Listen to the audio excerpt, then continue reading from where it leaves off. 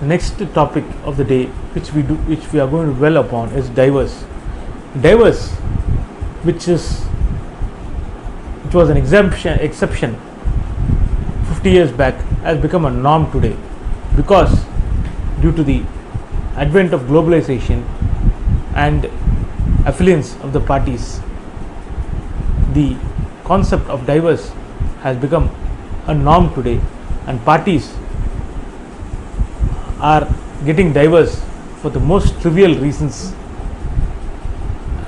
and they are breaking the marriage for every beck and call. Further, marriage which results in divorce causes a lot of trauma to the parties, and both the families get mentally affected. More particularly, the children who are born out of the said wedlock are deprived of either the love and affection of the mother or father. In most cases, the custody of the children rests with the mother, more particularly when they are minors, and the love and affection of the father is completely deprived to the child of the couples who get legally separated. And the legal process involved in a contested divorce is almost 1 or 2 years, and in some cases it might extend to several years, because there are hierarchy of courts, and a party who wants to contest the case can start contesting the same right from the family court to the high court to the Supreme Court, which sometimes takes years to come to a conclusion. Further, in India there are many number of religions, and each religion has their own set of laws with reference to law of divorce. That is, most important aspect here is that Hindus, Buddhists, Sikhs and Jains have the divorce law governed by the Hindu Marriage Act 1955, and Muslim, Christian and Parsi communities on the other hand have their own laws governing their marriage and divorce. And there is another law which is called a Special Marriage Act, where spouses belonging to different communities get married, which are governed by the Special Marriage Act. Then there is a Foreign Marriage Act governing the divorce law, which it comes into play when one of the parties belongs to a foreign nationality. That is, a person belonging to another nationality gets married to an Indian. The divorce and other procedure involved in the same is governed by the Foreign Marriage Act. Today, there are two types of divorces, or three types of divorces. That is, divorce by mutual consent, contested divorce, and void marriages. We can first dwell on the option of divorce by mutual consent, which is governed by section 13B of the Hindu Marriage Act. The parties can jointly file a petition before the court of competent jurisdiction, which is the family court, or sometimes the sub court when the family court is not available for divorce by mutual consent. Normally, the modalities of the parting ways between the husband and wife is clearly spelt out in the petition for divorce, where each party agrees on certain aspect, and the most important aspect here is alimony that the wife is entitled to, and the maintenance of the child, which has to be borne out by the husband if the wife is proved does not have any source of income to sustain herself. All the modalities are spelt out in clear terms, and a petition to that effect is filed before the Honorable Court. And after the petition, there should be clear pleadings to the effect that the marriage has become completely unworkable, and the parties have been living separately for at least last 1 year, and they don't have any scope of reconciliation of the marriage, and the marriage has become completely unworkable. and then the petition for mutual consent is filed before the court of competent jurisdiction, and a date after 6 months is given. However, in some cases a petition can be filed to advance the date of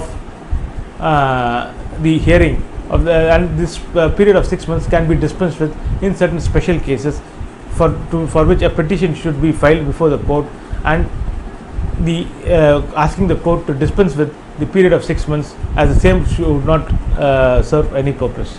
Normally, only if there are compelling reasons and situations, court entertains such petitions, and in most of the cases such petitions are not accepted, because the courts always want to see to that the marriage in between the parties is sustained rather than broken up for severe trivial reasons. Normally, after the petition comes up after 6 months, the parties are again asked to say whether they want a partition or not. They want a divorce or not. Now, then, if the party does not want a divorce, they can right royally rescind from the same and then seek for divorce. That is, when one party rescinds from a divorce, petition for divorce by mutual consent, then the other party will be compelled to file a divorce petition on under section 13 of the Hindu Marriage Act. When such petitions are filed, there are various grounds under which such petitions can be filed. The most important grounds here are cruelty, mental disorder, communicative diseases, adultery, desertion, conversion, mental disorder, and renunciation of the world, and presumption of death when a person remains completely unheard for almost 7 years. Normally, the petition for divorce by mutual consent is taken up after 6 months for hearing by the court, and party who has filed a divorce petition can right royally rescind from the same and refuse to agree for a divorce by mutual consent, and if in such a situation the other party is compelled to file an application under section 13 of the Hindu Marriage Act.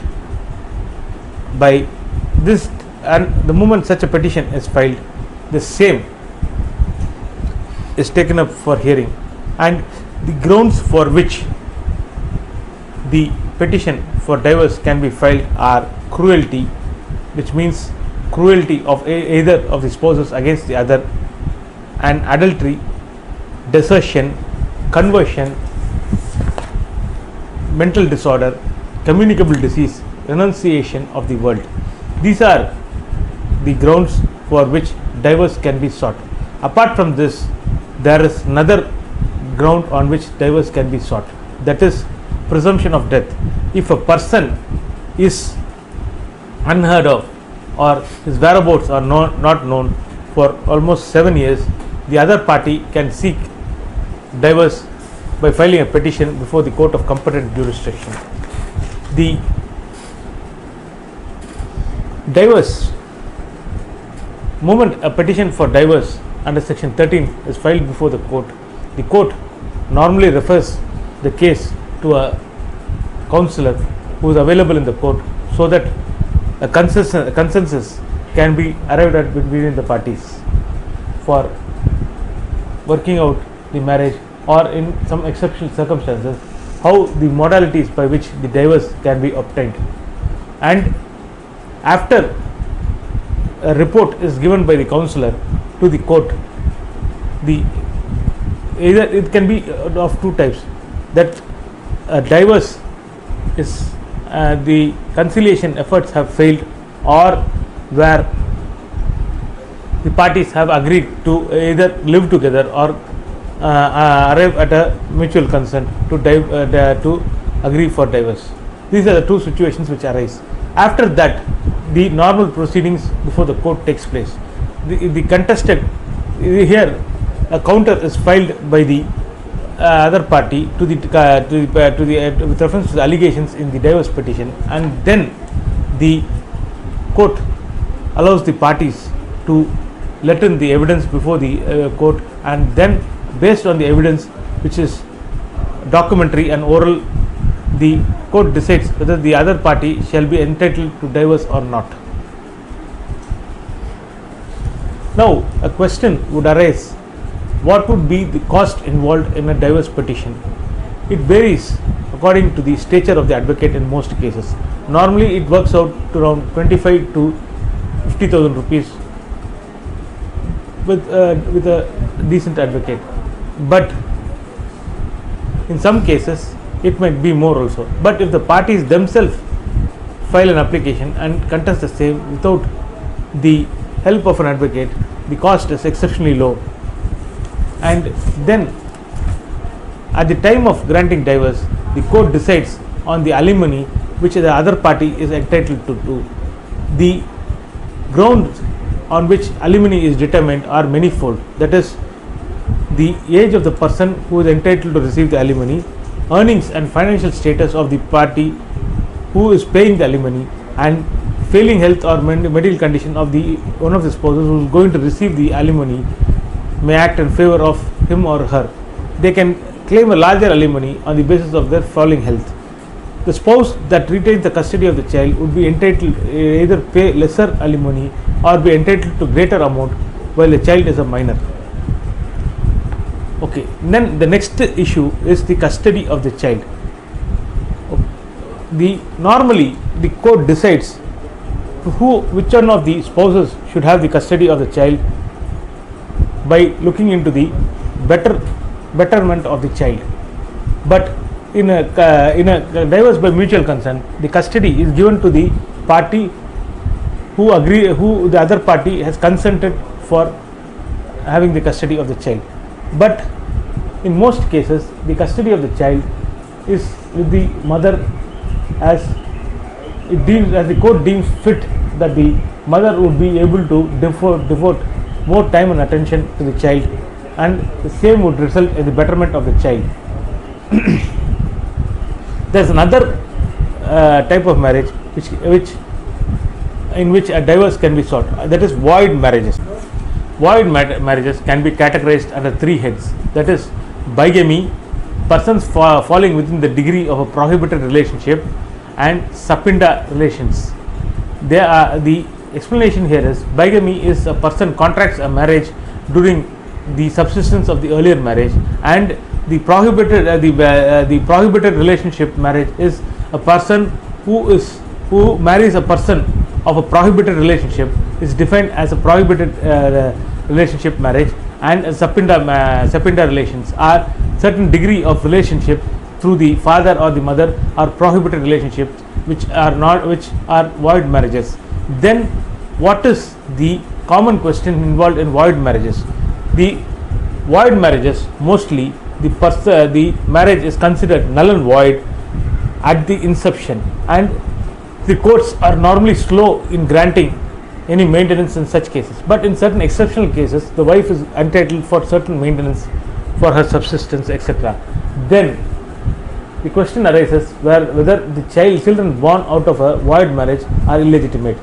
In the above regard, the marriages might be void, but the children from and out of the said marriage are not illegitimate children, because the children cannot be cast with the liability of suffering an ignominy because of the mistake committed by the parents. So these are the situations with reference to divorce. So summing up the entire issue, there are two divorces, two way of divorce: divorce by mutual consent and divorce by contested divorce. Mutual consent is the most simplest form, where parties agree to mutually give a go by to the marriage, and contested divorce is given on the basis of certain criteria which is framed by law. Thank you.